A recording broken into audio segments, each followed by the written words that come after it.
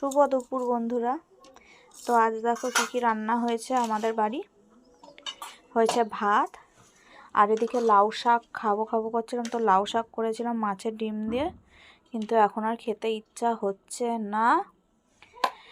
শরীরটা ভালো লাগছিল না বলে আমি শুয়ে পড়েছিলাম। মিঠির বাবা দেখো চিকেন রান্না করেছে, বলেছিলাম কষা মাংস রাখতে, তো আমার জন্য এই যে কষা মাংস রেখেছে, আর ওই যে মিঠির জন্যও রেখেছে। আর এ দেখো কালারটা দেখো মাংসর, দেখো কাঁচা লঙ্কা চিড়ে দিয়ে করেছে।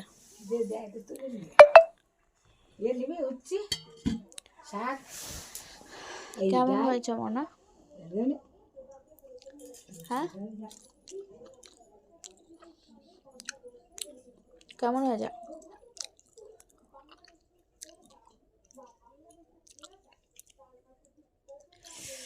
তো দাঁড়াও আমি তোমাদের খেয়ে বলছি কেমন হয়েছে।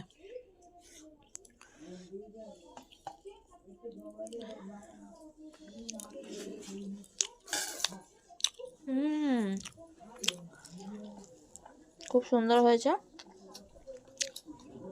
আমি শুয়েছিলাম, মিঠির বাবা একা একা ভাত বেড়ে খেটে চলে গেছে গঙ্গার ধারে, আর এখন মেয়ে আর আমি খাচ্ছি।